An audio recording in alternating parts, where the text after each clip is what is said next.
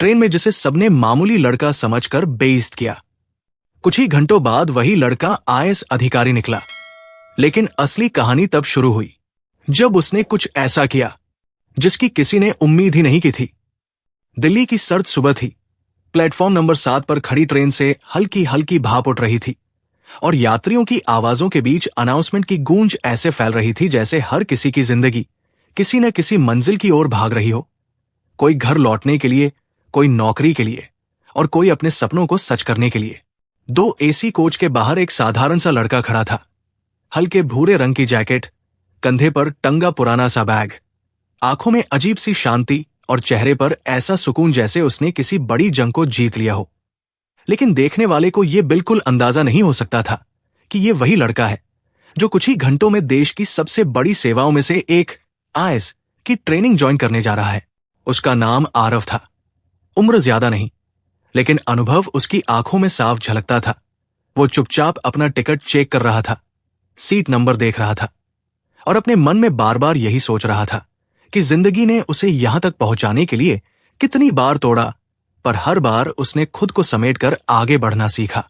जैसे ही वो 2 AC coach में दाखिल हुआ, उसे अपनी अपर बर्थ दिखाई दी। उसने बिना किसी को परेशान किए अपना बैग नीचे रखा और चुपचाप खिड़की के पास बैठ गया। बाहर दिल्ली की भागती हुई इमारतों को देखने लगा, जहां हर खिड़की के पीछे कोई न कोई सपना पल रहा था। उसी कोच में कुछ ही देर बाद एक लड़की आई।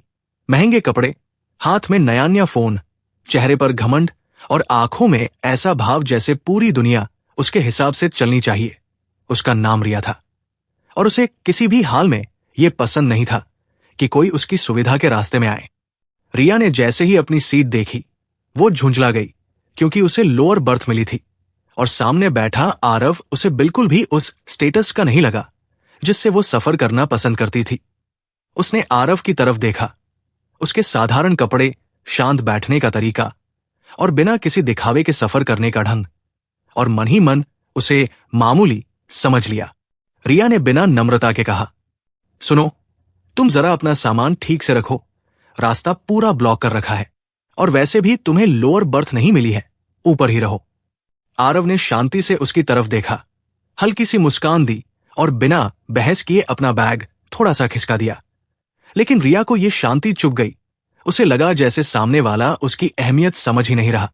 ट्रेन ने जैसे ही दिल्ली स्टेशन छोड़ा, रिया का व्यवहार और भी बदतमीज हो गया।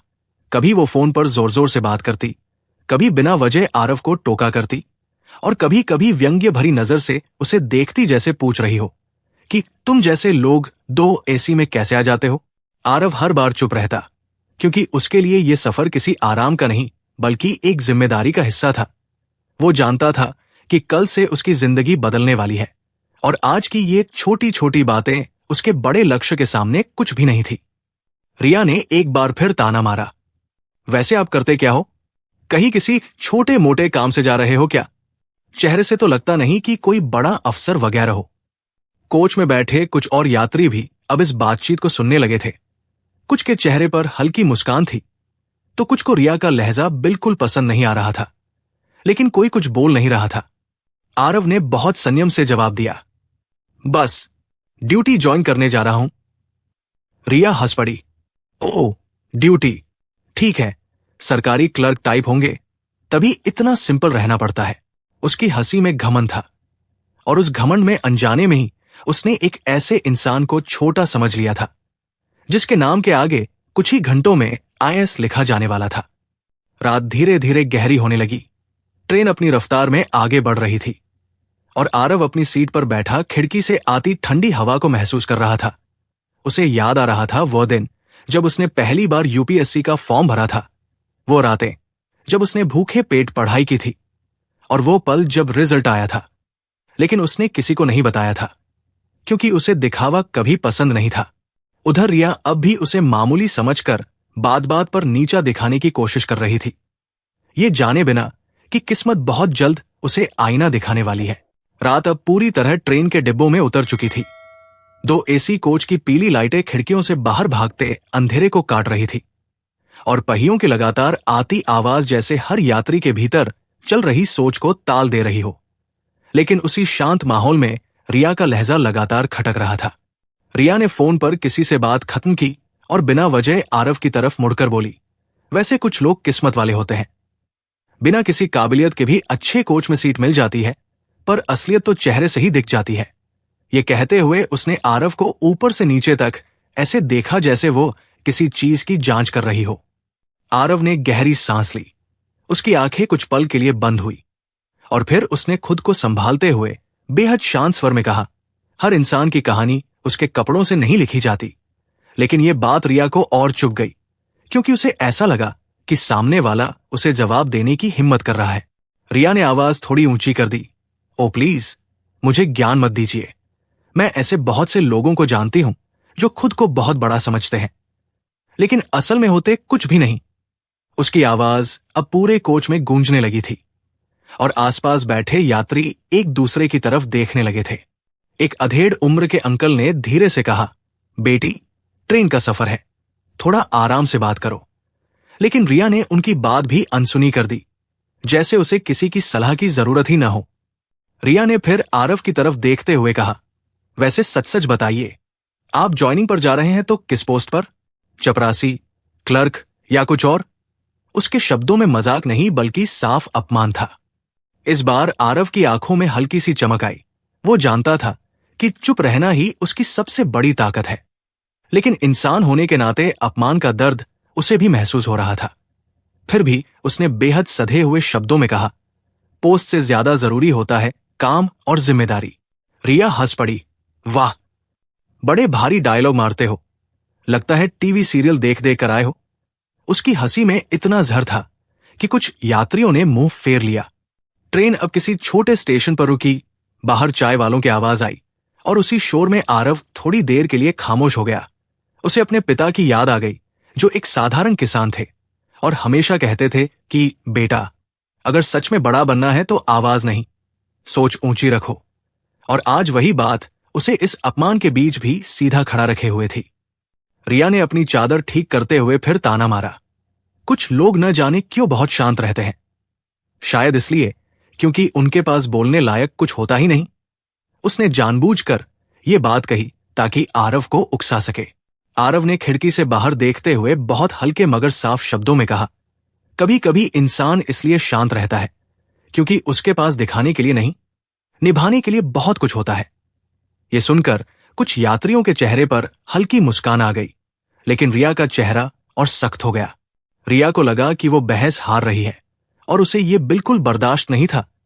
उसने आखिरी वार करने की ठान ली और बोली, देखिए, मुझे नहीं पता आप क्या करते हैं, लेकिन अगली बार किसी से बात करते समय अपनी औकात मत भूलिए। 2 एसी हर किसी के लिए नहीं होता। कोच में कुछ सेकंड के लिए पूरी तरह सन्नाटा छा गया। यह वही पल था जहां बहुत से लोग पलटकर जवाब दे देते, लेकिन आरव ने सिर झुकाया, हल्की सी मुस्कान दी और बस इतना कहा, समय आने पर हर किसी की औकात खुद सामने आ जाती है। उस एक वाक्य में न कोई घमंड था, न कोई चुनौती, बस एक अजीब सा भरोसा था जो रिया समझ नहीं पाई। लेकिन उस भरोसे ने कोच में बैठे कई लोगों को सोचने पर मजबूर कर दिया। रात और गहरी हो गई। ज्यादातर यात्री सोने की कोशिश करने लगे, लेकिन रिया को नींद नहीं आ रही थी। कहीं न कहीं आरव की शांति उसे बेचैन कर रही थी और आरव अपनी बर्थ पर लेटा हुआ यह सोच रहा था कि सुबह जब ट्रेन अपनी मंजिल पर पहुंचेगी तब बहुत सी गलतफहमियां खुद ब खुद खत्म हो जाएंगी। उसे यह बिल्कुल अंदाजा नहीं था कि अगला दिन सिर्फ उसकी जिंदगी नहीं बल्कि रिया की सोच भी बदलने वाला है। सुबह की पहली हल्की रोशनी जब ट्रेन की खिड़कियों से अंदर आई तो 2 एसी कोच में फैली रात की भारी खामोशी धीरे धीरे टूटने लगी। कहीं मोबाइल की अलार्म बजी, कहीं किसी ने चाय के लिए आवाज लगाई और पहियों की आवाज के साथ एक नया दिन अपनी कहानी लिखने को तैयार था। आरव अपनी बर्थ से नीचे उतरा। उसने सादा सा बैग खोला, एक फाइल निकाली और खिड़की के पास बैठकर उसे ध्यान से देखने लगा। उस फाइल के कवर पर कोई दिखावटी टैग नहीं था, बस कुछ जरूरी कागज और ऊपर लिखा हुआ था ज्वाइनिंग लेटर, जिसे वो बार बार नहीं देखना चाहता था, लेकिन आज जाने क्यों उसकी नजर उस पर टिक गई थी। रिया नीचे बैठी ये सब देख रही थी। उसे लगा कि शायद ये कोई इंटरव्यू कॉल या छोटी मोटी नौकरी से जुड़ा कागज होगा और उसके चेहरे पर फिर वही पुरानी हल्की सी हंसी आ गई। लेकिन इस बार उसने कुछ नहीं कहा। शायद रात की बहस के बाद उसके भीतर भी थोड़ी थकान उतर चुकी थी। इसी दौरान कोच के दरवाजे से दो सज्जन अंदर आए। साफ सुथरे कपड़े, बात करने का सधा हुआ अंदाज और आंखों में एक अलग ही आत्मविश्वास। उनके साथ एक टीटीई भी था, जो आते ही आदर से बोला, सर, आपका कोच यही है। रिया ने यह देखा और तुरंत अपने बाल ठीक किए। उसे लगा शायद कोई बड़ा अधिकारी सफर कर रहा है और उसकी नजर उन दोनों पर टिक गई। लेकिन जो सबसे अजीब बात थी वो ये कि उन दोनों की नजर जैसे ही आरव पर पड़ी, वे तुरंत मुस्कुरा दिए। उनमें से एक ने आगे बढ़कर कहा, आरव सर, आप यही हैं? हमें लगा शायद किसी और कोच में होंगे। उसकी आवाज में साफ सम्मान था, ऐसा सम्मान जो किसी आम कर्मचारी को नहीं दिया जाता। रिया का माथा सिकुड़ गया। उसने दोबारा आरव की तरफ देखा। वही सादा जैकेट, वही शांत चेहरा, लेकिन अब उस दृश्य में कुछ अलग सा लग रहा था। आरव थोड़ा असहज हुआ। उसने खड़े होकर बहुत सामान्य तरीके से कहा, जी, बस सफर ठीक चल रहा है। और फिर उसने उनसे हाथ मिलाया। न कोई दिखावा, न कोई रौब। टीटी ने भी झुककर कहा, सर, अगर आपको किसी भी चीज की जरूरत हो तो बताइएगा। और ये सुनते ही कोच में बैठे कई लोगों की नींद पूरी तरह उड़ गई। रिया अब पूरी तरह चौकन्नी हो चुकी थी। उसका दिल जोर जोर से धड़कने लगा और उसके दिमाग में रात की सारी बातें एक एक करके घूमने लगी। वो समझ नहीं पा रही थी कि जिसे वो अब तक मामूली समझ रही थी, उसे सर क्यों कहा जा रहा है। पास बैठे वही अधेड़ उम्र के अंकल, जिन्होंने रात को उसे टोका था, हल्की आवाज में बोले, बेटी, लगता है तुम्हारा अंदाजा गलत था। लेकिन रिया ने कोई जवाब नहीं दिया, क्योंकि अब उसके भीतर पहली बार शक ने जगह बना ली थी। उन दोनों अधिकारियों में से एक ने मुस्कुराते हुए कहा, आरव सर, ट्रेनिंग के लिए सब लोग आपको लेकर काफी एक्साइटेड हैं। दिल्ली पहुंचते ही रिपोर्टिंग है ना? यह वाक्य सुनते ही रिया का चेहरा सफेद पड़ गया। ट्रेनिंग, रिपोर्टिंग, और वो भी ऐसे सम्मान के साथ। अब यह सिर्फ कोई छोटी नौकरी नहीं लग रही थी। आरव ने सिर हिलाकर कहा, जी, सीधे वही जाना है। और फिर बहुत सहजता से बैठ गया, जैसे ये सब उसके लिए बिल्कुल सामान्य हो। रिया की नजर अनजाने में उस फाइल पर गई और पहली बार उसने ध्यान से पढ़ने की कोशिश की। ऊपर मोटे अक्षरों में लिखा था, भारत सरकार। उसके हाथ हल्के से कांप गए।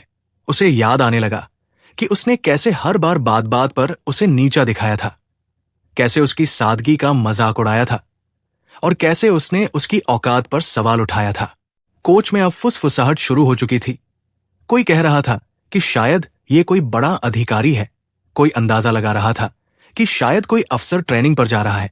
लेकिन अभी तक किसी को पूरी सच्चाई पता नहीं थी। रिया की नींद अब पूरी तरह उड़ चुकी थी और पहली बार उसे अपने शब्दों पर शर्म आने लगी थी। लेकिन अहंकार अभी भी पूरी तरह टूटा नहीं था। वो बस ये दुआ कर रही थी कि जो वो सोच रही है वो सच न निकले। ट्रेन अब दिल्ली के करीब पहुंच रही थी। हर स्टेशन के साथ सच और पास आ रहा था और रिया का दिल हर मिनट और भारी होता जा रहा था। दिल्ली स्टेशन पास आता जा रहा था।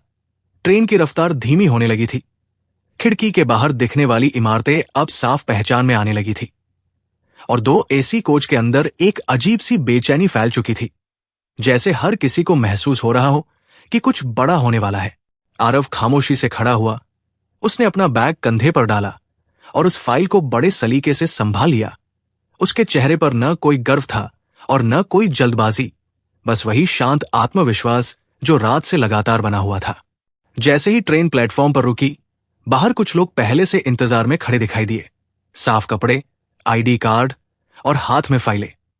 और जैसे ही आरव कोच के दरवाजे पर पहुंचा, उनमें से एक तेजी से आगे बढ़ा और पूरे सम्मान के साथ बोला, good morning sir, Aarav Kumar, IAS probation, आपकी ज्वाइनिंग के लिए हमें भेजा गया है।